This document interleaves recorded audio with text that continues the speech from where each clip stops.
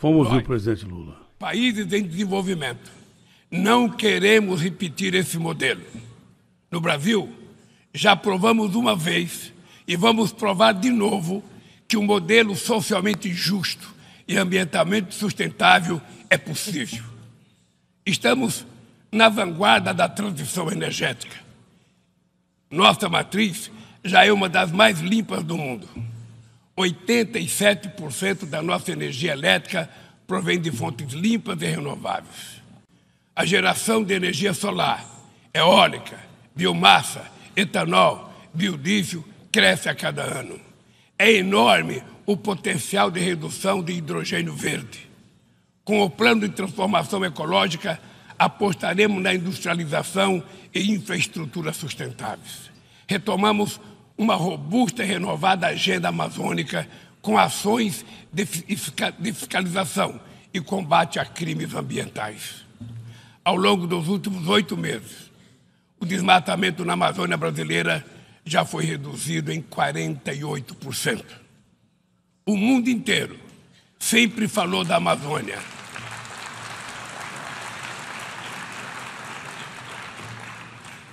O mundo inteiro sempre falou da Amazônia. Agora é a Amazônia que está falando por si mesma. Sediamos há um mês a cúpula de Belém no coração da Amazônia e lançamos uma nova agenda de colaboração entre os países que fazem parte daquele bioma.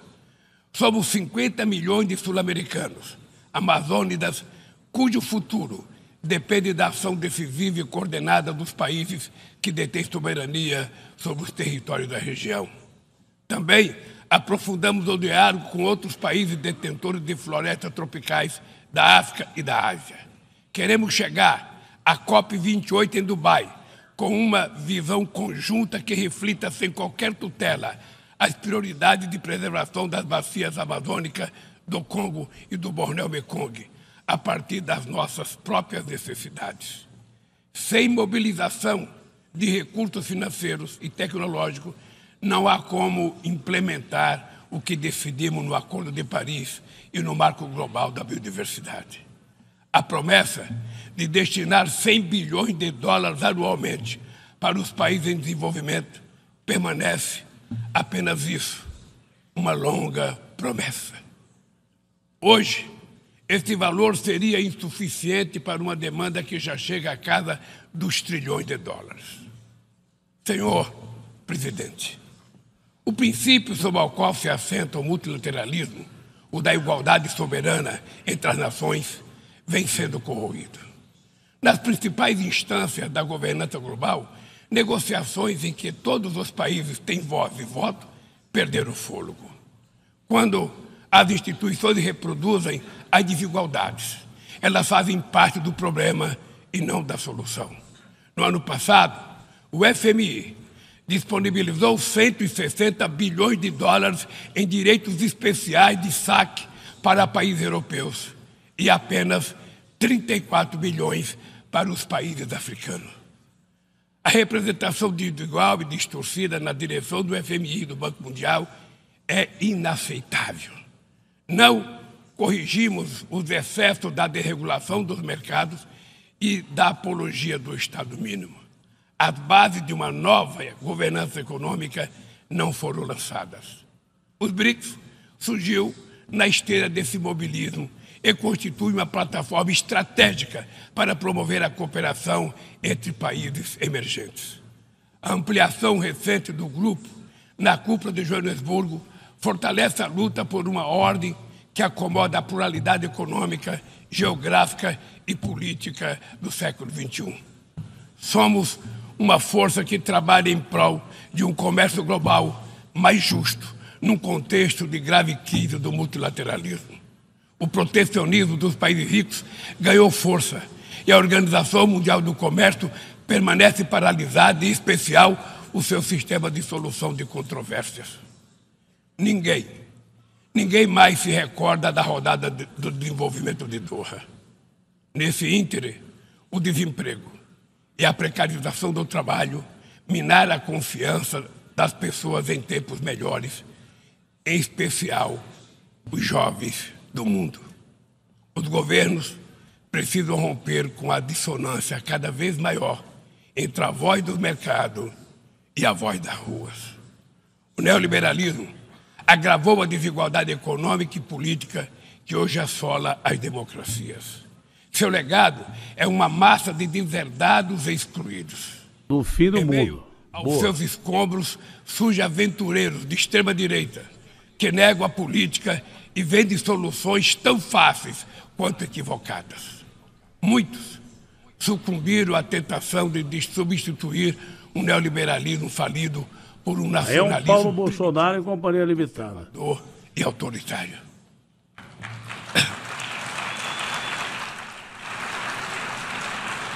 E agora está muito bom o discurso do Lula aí, dizendo que é possível você preservar a Amazônia e, ao mesmo tempo, ter ocupação sustentável, explorar o que tem lá, exatamente para que bandidos não explorem.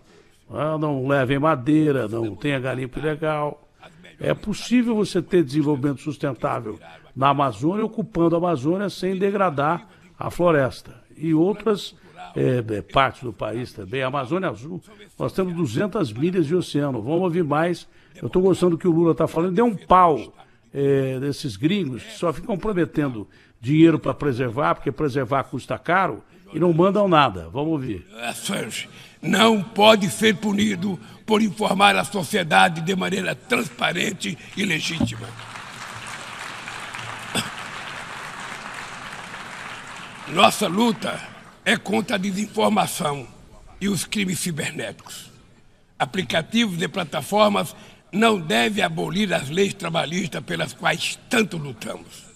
Ao assumir a presidenta do G20 em dezembro próximo, não mediremos esforços para colocar no centro da agenda internacional o combate às desigualdades e todas as suas dimensões.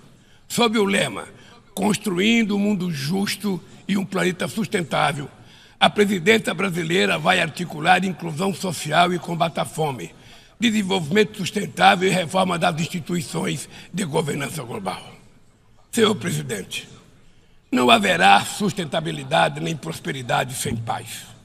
Os conflitos armados são uma afronta à racionalidade humana.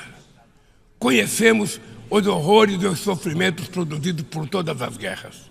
A promoção de uma cultura de paz é um dever de todos nós construí-la e requer persistência e vigilância.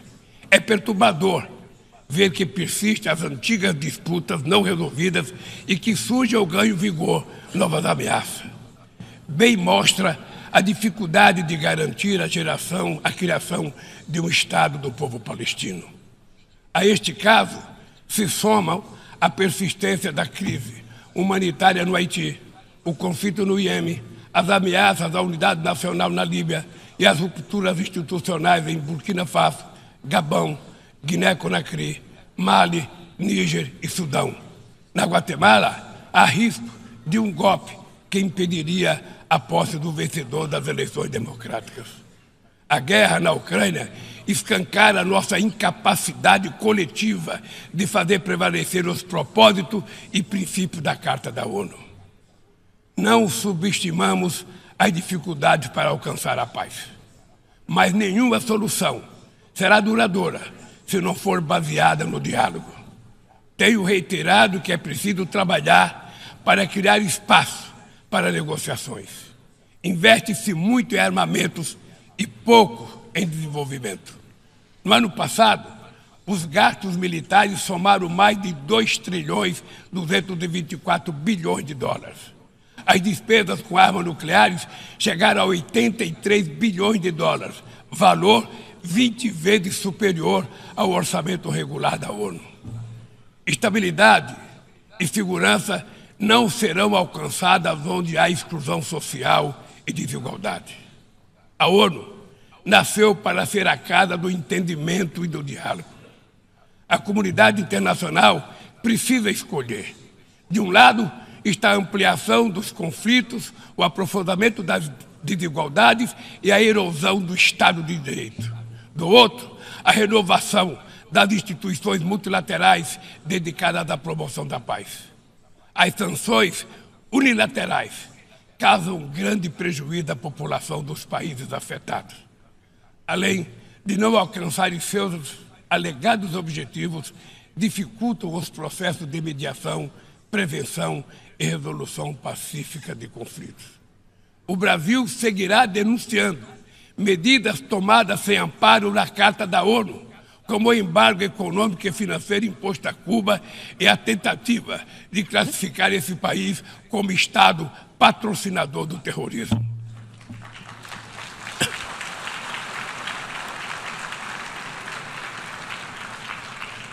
Continuaremos críticos a toda tentativa de dividir o mundo em zona de influência e de reeditar a Guerra Fria. O Conselho de Segurança da ONU vem perdendo progressivamente a sua credibilidade. Essa fragilidade decorre, em particular, da ação de seus membros permanentes, que travam guerras não autorizadas em busca de expansão territorial ou de mudança de regime. Esta paralisia é a prova mais eloquente da necessidade e urgência de reformá-lo, conferindo-lhe maior representatividade e eficácia. Senhoras Bom, o discurso que se esperava do presidente Lula, depois foi ter um resumo daquilo que o presidente falou, mas foi aplaudido várias vezes quando fala que o mundo não pode ser desigual. É aquilo que eu sempre falei. Esses países ricos só pensam neles. Quando eles falam que a gente tem que preservar o equivalente ao tamanho do Estado da Argentina, mais ainda, o Brasil é o país que mais preserva no mundo, eles se esquecem que nós temos que produzir também, não só para o consumo interno, mas também para favorecer o nosso agronegócio. Produzir não significa você depredar. Depredar é você deixar largado, como largamos a Amazônia, na mão desses gringos do jeito que eles querem, abandonada, não é? Como a floresta do Congo, é outra floresta citada pelo presidente Lula no Rio Mekong. Não é verdade? São as 3 maiores florestas, aí está o Pacheco, aí está o Lira também, representante da Câmara e do Senado, e o discurso do Lula foi voltado para essa desigualdade do mundo rico, que não quer de forma alguma ajudar países pobres. Para você fazer a preservação de qualquer que seja o local, acho que terminou o discurso do Lula lá, para você preservar qualquer ambiente, você precisa de grana, de dinheiro. Esse é o grande detalhe que nós estamos falando aqui. E esse país não manda um tostão para cá e querem que a gente preserve. O nosso agronegócio, apesar de produzir muito, preserva muito também. Apesar de que as dilapidações que o Lula falou, elas vêm de criminosos, de garimpo ilegal, de quem agride a floresta de forma ilegal, de madeireiras ilegais, e não de gente de bem que faz parte do nosso agronegócio, que por enquanto é a joia da coroa e tomara que continue sendo muito mais. Que com a divisão igualitária democrática, que com menos desigualdade num país que tem a maior concentração de renda, o brasileiro possa comer e não possa padecer de fome, um dos maiores produtores de comida do mundo. Não tem cabimento uma coisa dessa. Mas só ao ficar ouvindo o gringo dizendo que nós temos que preservar, e nós já preservamos muito, e por isso deixamos até de lado a preservação, largamos na mão de bandidos a nossa Amazônia para que roubassem minério, matassem índios, acabassem com a fauna e com a flora, madeireiras que derrubaram, devastaram violentamente a floresta, preservação agora de 48% em relação ao que vinha sendo preservado na Amazônia. A Amazônia Azul tem pescado, a Amazônia Azul são as nossas 200 milhas atlânticas, né? Nós temos desde petróleo de uma reserva de pré-sal inesgotável, que é um combustível que está sendo, obviamente, que menos falado e que estão querendo reduzir cada vez mais por causa da emissão de gases que aumenta a temperatura do mundo violentamente, ajuda a aumentar, porque a Terra tem um ciclo